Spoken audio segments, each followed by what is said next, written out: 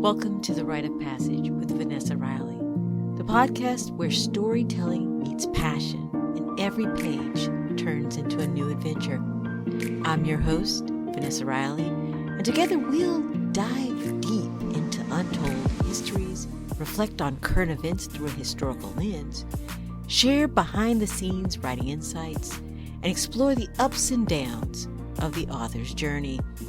From rich historical novels to unforgettable characters to pop culture's intrusion on the written word, hey, we're going to explore it all. So grab your pen, your notebook, and let's begin our journey through the written word.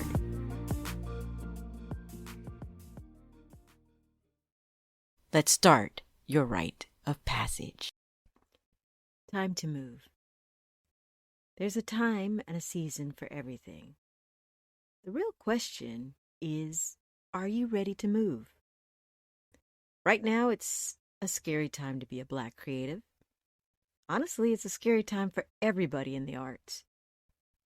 I've shared in previous episodes how the Canva bots came for me. They told me that the word slavery was political and banned in their system of tools. Banning books is all the rage. Banning concepts or ideas, stopping the writer or artist at the very beginning is unfathomable.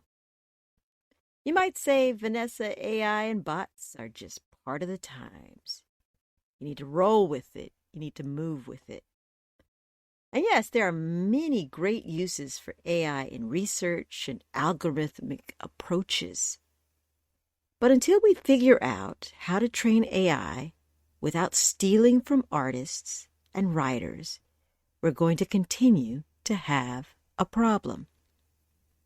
If you tell me that the season we're in now involves AI writing novels and creating drawings and graphics to replace artists, I will encourage you to consider the following. Nothing can replace human creativity, authenticity, and zeal. Those impacted by theft or imitation must press boundaries, pursue legal actions when necessary, and most importantly, outlast the wave. Sometimes winning is simply about longevity. Outlasting your haters is definitely one way to gain victory. For those who follow me, I'm Vanessa Riley. I write in 3 genres: historical fiction, historical romance, and mystery. Lately in the book world, I've seen so many friends, so many writers like myself who focus on history getting hurt. Series are being cut short. Book options aren't being picked up. Doors that were once wide open are now being slammed shut. There are many reasons. They tell us the market is soft. They whisper there are enough Black books right now.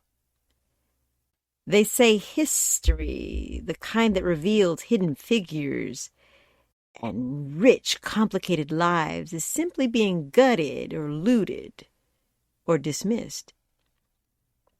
For someone like me who loves history and is just now finding my footing in historical fiction, it's dark. It's absolutely terrifying. The visual arts, films, and TV have also suffered. In January, I heard similar feedback from filmmakers. Hollywood is still recovering, they say. Budgets are tight. Risk tolerance is low. Historical pieces, they say, are too hard to place, too expensive, too niche. And then everyone gets dazzled by Ryan Coogler's Sinners, a historical piece set in the 1930s that genre bends horror and drama. The film is a hit. At the time of this podcast, Sinners has grossed over $161 million and is now projected to gross between $300 to $400 million. A diverse audience of moviegoers, Black, white, Asian, and more, people from all walks of life, are coming together to experience this masterpiece of storytelling. Ryan Coogler, I salute you. You had a daring vision, found or created the systems and opportunities to execute it, and made magic. Now is the time of opportunity. We have to shake off our fears and create. We must figure out new ways to tell the stories burning in our souls, to innovate, to evolve. That is the path. Finding our way through the wilderness is the answer. Sinners shows us the way, not just by being excellent in storytelling, photography, cinematography, and research, but by knowing exactly who the story was for. Ryan and his team pushed the right buttons, the necessary buttons. The heart of the film is Black-centered storytelling, the Jim Crow South, inclusivity, and vampires. Because when you know who you're speaking to and what you want to say, you don't have to dilute the truth to make it palatable. As a Black creative, I'm often pressured to center pain and trauma in my stories, because that is what some believe and still desire. They think that's what sells. Ryan Coogler's Sinners proves that de-escalating trauma works. It sells, even in the scariest genres. He took care in how the story was told, care in how every scene was shot, care in the research, the respect. He cast with authenticity, from hair to skin to clothes to dialogue. He didn't slap diversity on just for clout. The script lived it. To succeed only by limiting our stories to an audience that believes in our humanity through our suffering is inexcusable. We must push boundaries, push different buttons. I believe it is our mission to find new ways to share the lessons of the past without reducing ourselves to victims or spectacles. And if Sinners has taught us anything, it's this: audience will reward care. They will reward newness. They will reward stories told with humanity, dignity, and love. When I first started writing, my mission was simple: educate the world about the history of Black people across the diaspora. Show our humanity through love stories. But missions shift with the seasons. Right now, for me and this pen or keyboard, it's time to move, to be more daring, to try new approaches to story. Looking back, I know there were times I softened words, edited scenes, chose tenderness over rawness, because I wanted to make sure readers were comfortable. I wanted the message to reach as many as possible. And I don't regret the stories I've told. I'm proud of every single one of them. But the filter is now gone. And here's the hard truth. If you still need convincing of my humanity in 2025, I say this with all respect, you probably aren't going to get it. Keep your coins. Find your own Damascus road. You need divine intervention. I'm not St. Peter. I'm not standing at the gate any longer waiting to explain myself or my people to you. If you want my knowledge, you're going to have to do the work yourself. This new season, this new phase, my stories will be as unapologetic and as free as they've ever been, because I'm a storyteller.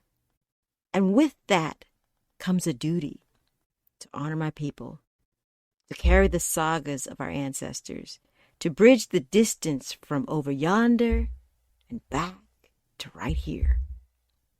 Of course, I want everyone to feel welcome reading my books. I understand I live in a system I didn't build, but I'm here, and I intend to win. But my story's there for my people. And if you're still listening, you are my people. I write for you.